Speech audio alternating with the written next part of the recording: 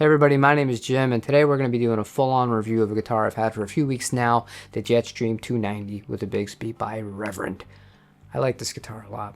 I initially made an unboxing and first playthrough video where I played it straight out of the box. We used the Fender Princeton reverb, a few drive pedals, and had a lot of fun with it as I was getting to kind of know the guitar. And now that I know it a little bit better, I thought I'd do a little bit of a follow-up, play it through a different amplifier, one that's a little bit dirtier, the Marshall, and we'll go from there as far as the playability and how I think the electronics actually work in function and in practice. I want to start with a quick rundown of the guitar and then we'll jump right into some playing examples. It has a Carina body, and considering this has a Bigsby on it, this is really lightweight, 7 pounds 10 ounces. It has a tummy cut on the back of it, and it has a forearm contour on the front, so again, if you're used to playing Fender offset guitars, you're going to feel right at home with that. But not all the guitars that Reverend offer that have this body shape on it are going to have this forearm contour. The Rick Vito that I recently demoed did not. Electronic wise, obviously you got your two P90s. You got a three-way blade, you have one volume, one tone, and then this last knob here is for the bass contour. You're going to hear this in action. This can make a substantial difference in the tones. The bass contour is really growing on me, and I'd love to see it in some other single coil guitars, not just ones with P90s. It allows you to add in more low end as you see fit. When it's rolled all the way off, everything just operates as standard. But as you gradually increase, you're just pushing more bass and more bass into it, and it becomes so apparent, the night and day difference. I can't wait for you to hear it when we get into the sound examples. And finally, we got a roasted maple neck with a rosewood fingerboard on it, 12-inch radius, 25.5-inch scale length, and the profile on it is the Reverend medium oval C. At the first fret, it's 0.81. At the 12th fret, it measured out to 0.87, so it's really modern feeling indeed. The nut width is 43 millimeters. It's got locking tuners, and it's got the Reverend string tree on it.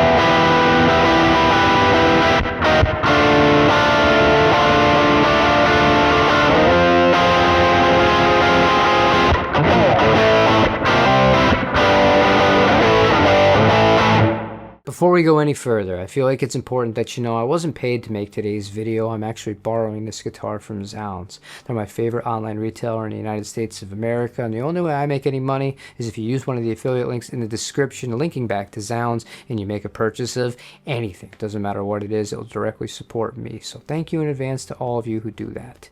Now, into the guitar itself, and how does this thing play? It's different. Coming from Fender guitars, I mean, I have ones that vary in nut width, and this is going to be a reference point that I'm going to mention several times throughout this video, because it's not always just about the neck shape. The neck shape is pretty familiar. It's an oval C, doesn't take that much to get used to, but the nut width has been taking me a little bit, and now I'm much more acclimated to it. And the reason for it is because typical standard Fender nut width is 42 millimeters. I'm playing a Japanese-made Jaguar. I measured the nut on that one. It is 39.4 millimeters. So it is extremely narrow. So switching back between that guitar and this one is quite the adjustment. With that being said though, if you're a Gibson player, you're going to feel right at home with this because it's the same nut width. One thing I was a little bit skeptical of with this guitar, again, we're going to point back to the Fender offsets, has to do with the vibrato system. I have had a love-hate relationship with Bigsby since I had my first one about 15 years ago, and now this is the only one in the house that I have because I prefer the offset vibrato that you find in the Jazzmaster or a Fender Jaguar. This one stays in tune so well. I know that it's all in the setup, and it has to do with making sure that the nut is filed correctly, using the right gauge of strings for it, and that the strings are properly loosened out so that they're not going to go out of tune when you do use the vibrato. But what I've found is sometimes, even on really high-end guitars, I had a Memphis-made ES Les Paul that had Bigsby on it. It doesn't always return to top dead center, really, where it's supposed to be, just level, so that the strings are going back to tune. With this guitar, Reverend have their own proprietary spring. Two things that I've noticed about this. Number one, it reliably always comes back to where I want it to be, in tune. Number two, the tension that I've associated with the Bigsby, I used to have to push down a little bit harder than I would on something like a Jag. This is so much softer, and it's just very, very comfortable. You can add a little bit more accents to your playing, and I like it a lot. It's probably my favorite Bigsby unit that I've ever tried. There's a lot to love about this guitar, and I don't have many bad things to say about it. There is just one thing that I wish was a little bit different, that has nothing to do with the instrument itself. It's the fact that this guitar at the time of filming cost $1299.99, and when you get it, it comes in a wedge box without even a gig bag. Now, I praise the hell out of Reverend because I was able to take it out of the box and immediately play it because the setup was so spot on, the nut was cut really well, and it was just ready. It was just an awesome instrument straight away.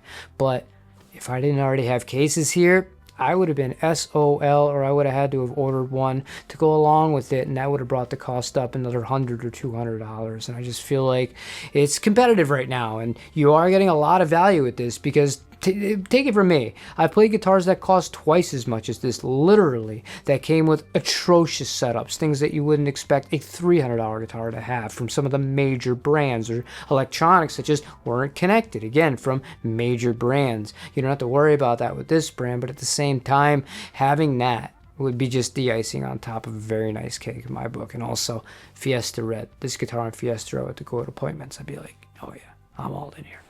Thank you for watching today's video. If you found it helpful, useful, and or entertaining, or there's a Reverend guitar that you want to see me check out, or any guitar at all, especially kind of the offset ones, I'm a big fan of those, feel free to let me know in the comment section down below. And thanks again to Zounds for letting me borrow this guitar so I can make a few videos for you all about it, because I'm really happy I did. This is an awesome brand. Check them out in the link in the description down below, and I will catch you on the next video. Take it easy, everybody.